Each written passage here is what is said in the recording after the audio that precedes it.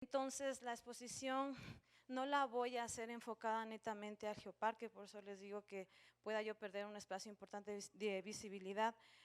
Yo lo que quiero en realidad es un poco retroalimentar en mi experiencia al Geoparque Volcán del Ruiz. Es decir, que voy a exponer en realidad un fracaso que tuve, que ahora sutilmente lo hablan como lecciones aprendidas. Entonces, en ese contexto, pues voy a iniciar. En lo que me voy a enfocar más es cómo el excursionismo científico colabora en la gestión del patrimonio geológico. Bueno, un poquito voy a contextualizar el marco geológico del lugar en donde se está trabajando. Y me olvidaba un poquito decirles, yo en este tema he iniciado en el 2010, con netamente lo que es patrimonio geológico. En el 2011 asistí a algunos congresos en España, por eso tengo el gusto de conocer a dos personas aquí. Me he alejado un poquito del tema incluso del territorio porque sentí la necesidad de formarme un poco más, me especialicé en paleontología y en otros temas que necesariamente, aparte de tener la experticia en cartografía geológica, yo he considerado desarrollar en mi persona. Bueno, en el contexto geológico, Ecuador está, el territorio en el que se está trabajando está en la parte austral del Ecuador, ubicado en dos provincias, El Oro y Loja, que son provincias fronterizas con Perú, específicamente en dos cantones. Al norte tenemos el cantón Las Lajas y al sur el cantón Puyango. Aquí está atravesado por un punto geográfico que es el río Puyango. En relación a lo que es el contexto geológico, pues el Ecuador, en la zona austral donde se está trabajando, está ubicado en el segmento septentrional de la cordillera de los Andes, cuyo rasgo neotectónico es la dorsal de Carnegie, que tiene una subducción de 7 centímetros al año. En este contexto tenemos los dominios litotectónicos, que son fajas metamórficas que recorren hacia Perú.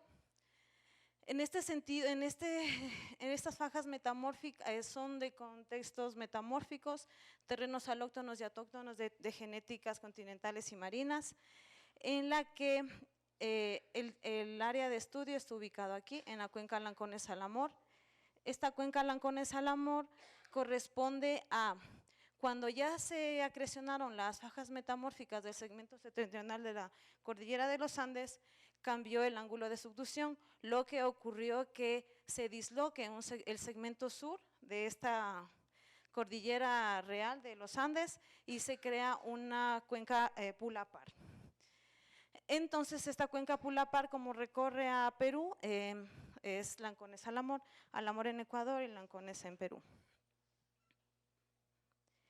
Dentro de este contexto, en la secuencia estratigráfica del territorio, pues tenemos formaciones paleozoicas del Devónico, presentando un gran hiato deposicional, debido a que en el Cretácico inferior tenemos el depósito de la unidad Quebrada Dos Sábalos, en la que está ubicado el nivel fosilífero, que es lo que se ha trabajado desde el 2012 en identificar y considerar como país que es un yacimiento paleontológico.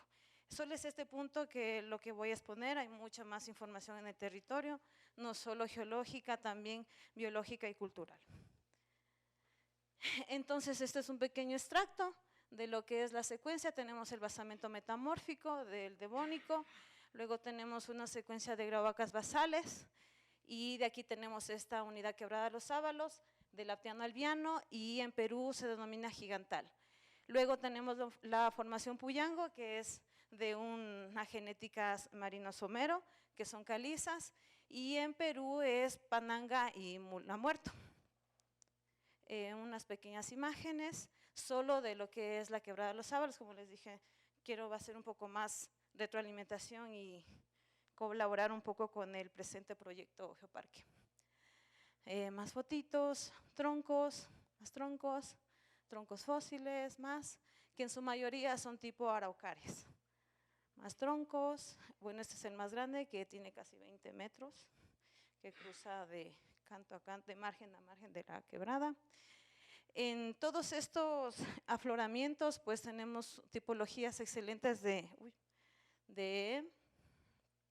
conservación, rareza, observación, y ya se han empezado a dar procesos específicos de investigación, como son procesos de fosilización, tafonomía, taxonomía, taxinomía, etc. Hemos también echado un vistazo a todos los bosques petrificados que hay en el mundo, que son 50 y algo, y todos reportan edades muy diferentes a la que tenemos en el Ecuador. Espero que siga siendo así, si no, de todas maneras formaría parte de unos referentes de lo que son los bosques petrificados. Bueno, ahora sí, el excursionismo científico. Desde 1890, que son casi 120 años, fue el primer reporte que existió en el territorio de este bosque petrificado. Posteriormente tenemos esta variedad de investigadores y naturalistas que estuvieron en el territorio. Ellos han permitido que yo pueda identificar lo que son formaciones tipo, holotipos petrográficos, holotipos y paratipos paleontológicos, en todo este contexto de la secuencia que anteriormente les dije. Entonces, en el momento en que yo como geóloga y experta en lo que es cartografía geológica, al encontrar este patrimonio que incluso desde ese momento, desde el 2009 que empecé a recorrer el territorio, ya estaba vulnerado, entonces me nació la necesidad de poder investigar cómo poder proteger estos sitios, ¿no? Entonces, pues me hacías estas preguntas, ¿qué quiero valorar y qué proceso puedo atravesar y para qué? Que todos me han llevado a lo que es determinar una gestión. Bueno, dentro de este proceso que, como les digo, desde el 2010, he atravesado como un poco de tratar de cómo lograr que esa gestión, al comienzo pensaba que la gestión simplemente era con decir, miren, este es un patrimonio, por favor consérvenlo, no se lleven los fósiles, no degraden, no depreden, pero en realidad no llegaba a la gente. Es más, claro que me escuchaban, pero no sentía yo el que me entendían. Entonces empecé a investigar, hablaba con sociólogos, y ahí es cuando hice un pequeño diplomado de lo que es mapeo biocultural. Este mapeo biocultural me permitió identificar lo que son criterios y que muchos desde ayer yo escucho que mencionan, que por ejemplo hablan de lo que es espacios, lugares, sitios, territorio y territorialidad, que son conceptos muy diferentes. Bueno, entonces, identificando estos tres pasos dentro de este gran semáforo que yo siempre lo llevo conmigo, pues me encontré en la gran disyuntiva de dominios geológicos versus territorio y territorialidad. ¿Cuáles fueron las premisas que tenía de acuerdo a los pequeños congresos y simposios que he asistido? Pues lo que es patrimonio, y la otra gran premisa, que es muy importante, lo que es comunidades. Manteniendo incluso todos los criterios que están ya establecidos, que está puesto como UNESCO, en el que cómo integrar estas dos grandes premisas. Entonces, territorio. Territorio es un espacio en el que se generan actividades. Territorialidad es el sentido que el individuo le da al objeto en el que vive, ¿sí? Ese sentido de pertenencia. Dominios geológicos son espacios, son polígonos inertes, los que como geólogos nosotros trabajamos. Entonces, en el que, bueno, en formaciones geológicas agrupamos litologías, etc. A través de este diplomado que hice, pues supe entender que hay muchos criterios que se deben manejar, y en la percepción del individuo existen varias connotaciones, porque ellos tienen un modo diferente de integrarse al medio que los rodea, a la parte biológica, a su parte cultural y todo lo que es físico. Entonces, entendí que incluso el modo de hablar, que se llama literacidad vernácula, es muy importante, porque ellos le dan el sentido al lugar. Incluso nosotros o intuitivamente cuando damos nombres a las formaciones utilizamos los toponimios del territorio.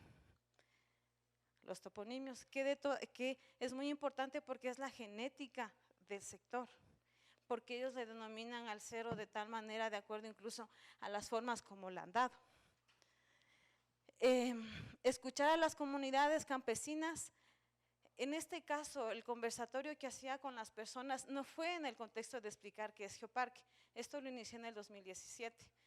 En realidad, el conversatorio que yo tenía con ellos es preguntarles la percepción que ellos entendían como río, qué entendían ellos cuando una persona entraba a su territorio, que ellos incluso lo conocen, lo entienden como un saqueo científico. Ellos entran, sacan muestras y nunca más regresan. Entonces, es otra percepción del territorio. La contaminación, cómo ellos siembran.